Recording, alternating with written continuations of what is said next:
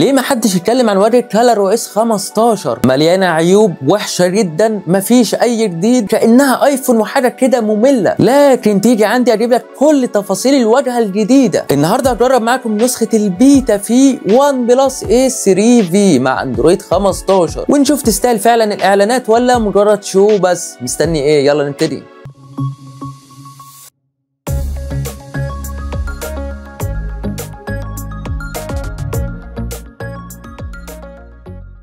من النظرة الأولية هو ايفون، مش حاسس انه اندرويد نهائي. ظابطين جدا الانيميشن وحاجة كده تشرح القلب. انا مبسوط جدا. تعالوا نجرب تاني.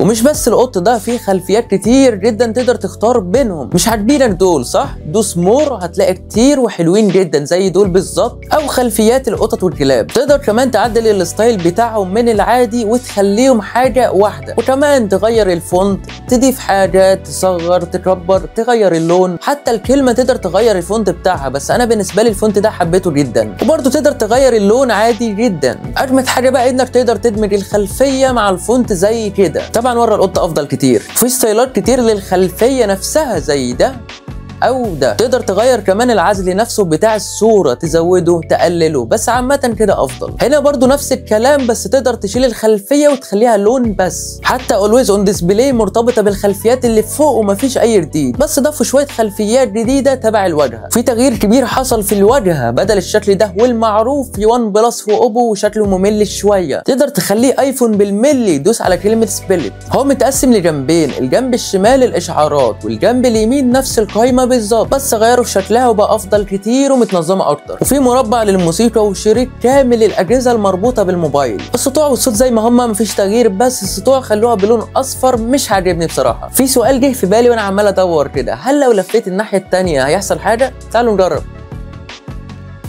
طلع بينقلني للاشعارات، حلو جدا. من الناحيه الثانيه نفس الكلام، هينقلك للقايمه. بديل دايناميك ايلاند زي ما هو، بس استجابته افضل ومتفاعل معاك اكتر. الاي اي وبرينو زي ما هو، بس عندك اي اي رايتر بيختصر في الكتابه والتلخيص، واي اي فويس معرفتش اجربه لانه في التطبيقات الصينيه، بس لو توفرت معايا نسخه عالميه هجربه ليكم في اقرب وقت. وده الشكل الجديد لواجهه كالر OS 15، وده شكل الاندرويد 15 الجديد. معلومات مش مهمه بس اعرفها وخلاص. وما تنساش يا صديقي وانت معدي اللايك والاشتراك وزر الجرس واي كلمه حلوه تشجعني. استمر، عاش، برافو، جامد. الكلام ده مش هوصيك وكفايه كده. ويلا نشوف الصور والاي اي، وهي مختلفه شويه. بالاي اي بقيت تقدر ترفع جوده الصور، ده مفيد جدا لو عندك صور قديمه. كمان تقدر تشيل البلور في الصور، مفيد الى حد ما للناس اللي مش بتعرف تصور. وعندك ميزه انك تقدر تشيل الضوء الزياده من الصور، وده شايفه مفيد جدا. ونفس الميزات القديمه، تشيل عنصر او جسم او هو يشيله من نفسه. وفي ادجاست ظبطوا جدا الاوتو، وتقدر تعتمد عليه بشكل كامل او تعدل بنفسك. وفي ايكونز كتير اتضافت هتسهل عليك شغلك، مش محتاج لايت روم ولا سناب شات. عندك فلاتر كتير جدا، اختار اللي يعجبك منهم. في ميزه مهمه جدا للمدرسين والدكاتره في مصر، من الووتر مارك تقدر تحط اسمك على الصوره كلها، وده صعب ان حد يشيله. في ميزه اهم كمان للطلبه والدكاتره والمدرسين، لو دوست على مور تقدر تحول اي صوره لملف PDF. بس عشان اكون صريح معاك، محتاج مترجم صيني في النسخ الصينيه. والصور نفسها بقت معالجتها افضل واسرع، والعزل بقى افضل كتير، مش بيمسح كتير زي الاول. مميزات جميله جدا وهتفيد ناس كتير، بس اللي يعرف يستخدمها صح. وفي نقطه حابب اوضحها، لو هتنزل الكالر OS 15 نسخه البيت على اي اصدار صيني، اول ما النسخه تنزل عندك وتشتغل هتلاقي خدمات جوجل موقوفه بالكامل وما فيش نت واصل ليها. بس هتلاقي تحت في رساله صغيره كده محدش بيقراها اصلا، هتلاقي مكتوب فيها ان انت توصل خدمات جوجل بالنت. اول ما تدوس انيبل او تمكين هتشتغل عادي جدا. انا قعدت بتاع 3 أو 4 ايام مش عارف ايه المشكله، لحد ما جربت وفعلا نجحت، واشتغل اليوتيوب عادي، واشتغل خدمات جوجل بالكامل. حتى جوجل مابس ودرايف ما كانوش شغالين بس اشتغلوا. وبس كده، دي كل حاجه عن الكالر OS 15 واندرويد 15 بالمختصر المفيد. وللعلم نفس الميزات دي موجوده في ون بلس زي اوبو زي ريلمي بالظبط، بنفس الشكل والواجهه، بس اختلاف المسميات فقط. ما تنساش تكتب لي اي كلمه حلوه تقديرا للشغل الجامد ده، واشتراك ولايك. عايزين نوصل الفيديو ده لاكبر عدد لايكات عشان احبك، واستنى التحديث الرسمي اول ما ينزل، هيكون عندي باذن الله. ولازم تكون عندي على فيسبوك، يوتيوب، انستجرام، تيك توك، عشان نكبر العيله ونكون اكبر محتوى تكي في الوطن العربي باذن الله. دمتم بافضل حال.